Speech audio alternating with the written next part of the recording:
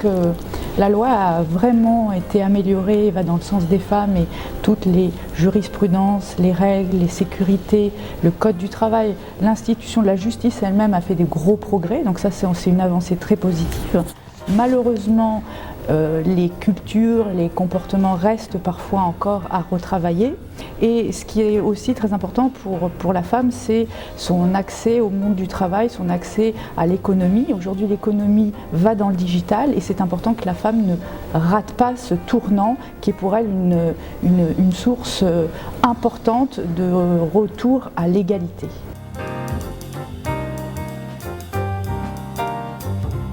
Mon combat en tant que DRH, puisque je travaille dans le digital, c'est de faire en sorte que les femmes puissent accéder le plus possible au digital. Pourquoi ? Pour plusieurs raisons. La première, parce que l'intelligence artificielle conditionne et va conditionner de plus en plus les choix dans le recrutement, puisqu'on va programmer les algorithmes. Si elles sont programmées par des hommes, les choix naturellement vont valoriser, et c'est ce qu'on peut constater, les hommes. Et donc il est important que la femme puisse coder, que la femme puisse intervenir dans cette intelligence pour rétablir ou en tout cas équilibrer les disparités qu'il peut y avoir entre les hommes et les femmes, et qu'on ne se retrouve pas dans le même modèle qu'on a connu aujourd'hui, des organisations patriarcales. Donc c'est important qu'elles interviennent à un moment donné sur ce développement des nouvelles technologies.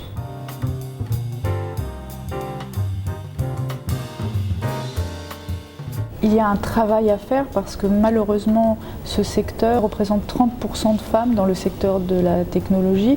Malheureusement ces 30% stagnants, c'est-à-dire qu'on reste toujours depuis des années au même niveau de féminisation dans les universités, dans l'IT.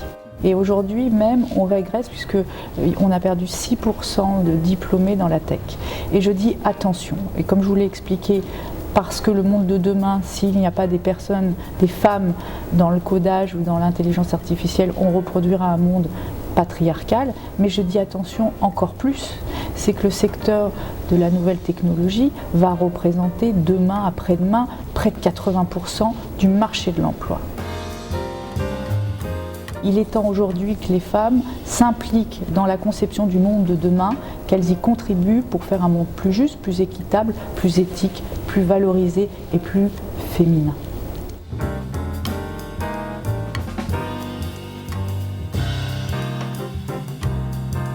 J'agis à 3 niveaux. Le premier qui me semble très important parce que pour parler d'égalité, il faut parler d'égalité de traitement financier, puisqu'il y a un travail, pour tout travail, il est normal que les femmes et les hommes soient payés de la même manière et c'est encore pas le cas. Donc un vrai travail sur la rémunération. Un deuxième travail qui me semble important, c'est tous les avantages, les bénéfices qui font que la femme va pouvoir travailler sereinement, parce que malheureusement, il y a toujours cette fameuse pression morale, pression psychologique de la femme sur les tâches ménagères, les enfants, la vie quotidienne qui reste encore malheureusement présente. Donc lui faciliter la vie pour qu'elle puisse se concentrer sur son travail et sur elle-même.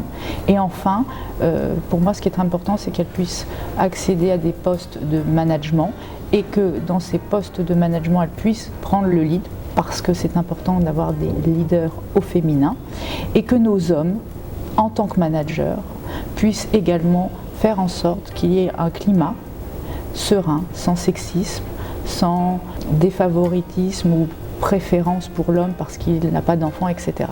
Donc il y a 3 travails sur la rémunération d'abord, sur les bénéfices et sur la partie beaucoup plus managériale. Je dirais 2 choses. Mesdames, croyez en vous, messieurs, aimez-nous.